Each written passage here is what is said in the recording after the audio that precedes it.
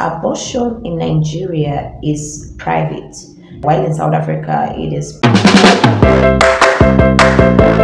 Hi, my name is Choma Gloria. I'm a biomedical technologist and I manage a fashion business. So if it's the first time coming across this channel, you're highly welcome. Please don't forget to hit the subscribe button and also give the video a thumbs up. Today's video is the part 2 of the last video I did. Happenings in South Africa that are rare in Nigeria, and people gave some points they would like me to talk about. The first point I will be looking at is quality of life in South Africa and Nigeria, and I'll be focusing on the educational and health aspect of it. I've studied here in South Africa and I've also studied in Nigeria. In South Africa, schools are well equipped. In Nigeria, when I was studying, it's that you buy the handouts before you can get it. But here in South Africa, as long as you're registered in the school, you have your own backboard. It's just like your back office. So whatever thing you're being taught in school, you have your full handouts in there at the backboard. It's so to say that in South Africa, everything is digitalized. So whatever you're being taught or whatever modules, courses you are offering for your studies, you have everything in your backboard. So unlike my own country where you buy these handouts from your lecturers and it's going to be the hard copy. So in South Africa, schooling is more organized, more systemized, and it makes things a little bit more easy, much easier, and a little bit much stress-free, especially in the most civilized part of South Africa. The health system is top-notch. I think South Africa is one of those African countries that has the best medical or health system. Their hospitals are well equipped. They are well organized. In my home country, Nigeria, there's poor access to medical attention. Yeah, I believe, and that's why you see most of politicians, they travel abroad to get good medical care. If it's so good in our country, I don't believe they'll be traveling outside the country. So I just hope and believe that our country will work on these things. Yeah, we need a more better hospital system, equipment, and all those. Yeah. Because I remember that time when I was younger, 2008, I mean to say, yeah, when my dad was sick, I lost him. May his soul continue to rest in perfect peace. Then he was rushed to the hospital. They moved him to another hospital because of some equipment they couldn't get. And then they got to that hospital. They did some testing, did some work, and then there was another equipment they couldn't get. They took him to another hospital. So all that could be prevented if the hospitals are well equipped.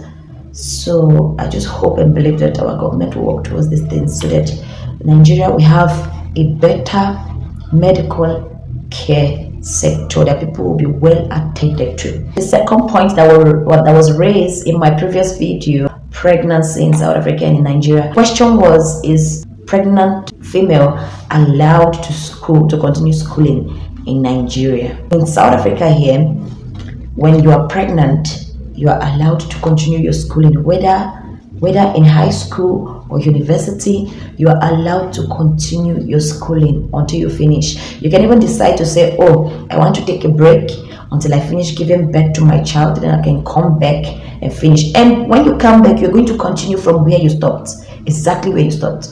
Now in Nigeria, when you are pregnant, especially, I'm going to be using a high school more, because in the university in Nigeria, I know some of the lecturers might allow a pregnant woman to continue, especially when they know that person is married. Yeah, but I'll be using the high school now. When someone is pregnant and the person is in the high school, that person will be expelled. I'm talking about right then when I was still in Nigeria.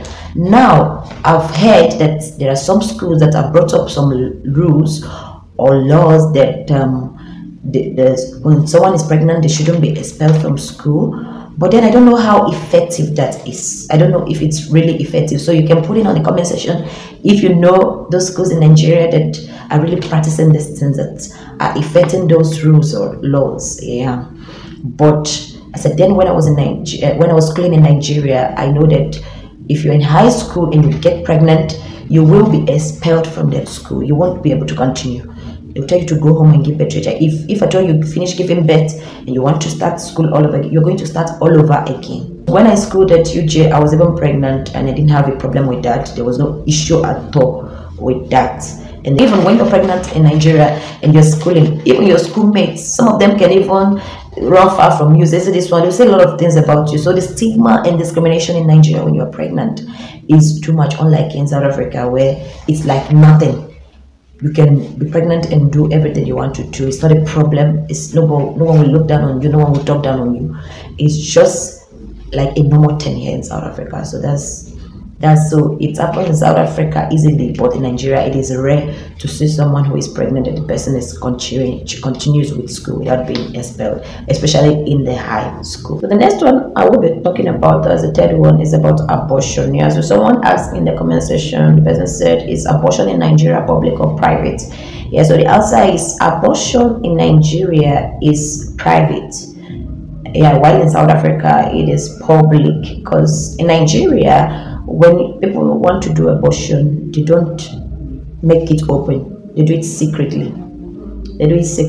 Yeah, because of I think the stigma and discrimination, so people tend to do it secretly. But here in South Africa it is done openly. You just walk straight to the hospital, tell them what you want to do, they'll ask you some questions and it will be done, especially when people are married.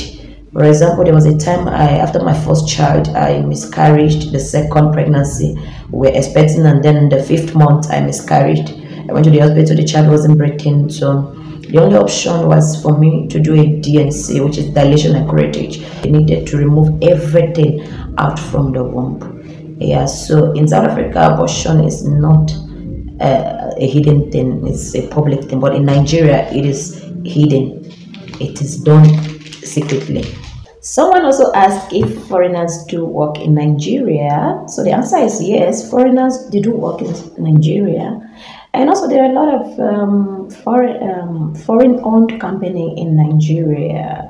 Those are the multinational companies like the MTN, even the ShopRite is owned by South African. There are a lot of multinational companies in Nigeria. So foreigners, they do work, they work in Nigeria also. Yeah. The last question I will be talking about briefly is the one I was asked, why is Nigerians too religious?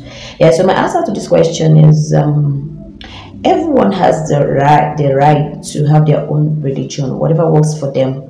Like I answered in the comment section, whatever works for you is what you believe in. If you've listened to, you've read the Bible, you've seen that God has healed a lot of people, it worked for them, and in your life you've gone to the hospital, to the church with your problem and it's been solved, of course you tend to believe in that. Another factor is upbringing. You know, a lot of our parents are Christians, some could be Muslim, some could be, so whatever religion your parents bring you up with, you tend to follow that. Yeah, for example, if your parents is a Christian, they teach you the way of God, they teach you the Bible, all you know is to be a Christian, so you're going to be a Christian. That will be your religion. Yeah, so upbringing matters a lot when it comes to being religious. There are Christians, there are Muslims. Everyone has the right to believe or follow any religion. Yeah, but in all, God is the greatest because He got the whole world in His hand. So that brings me to the end of today's video. If you love it, don't forget to give it a thumbs up and share for others to enjoy. I remain Chioma Gloria Channel God. Till my next video, do have a great day. Bye bye.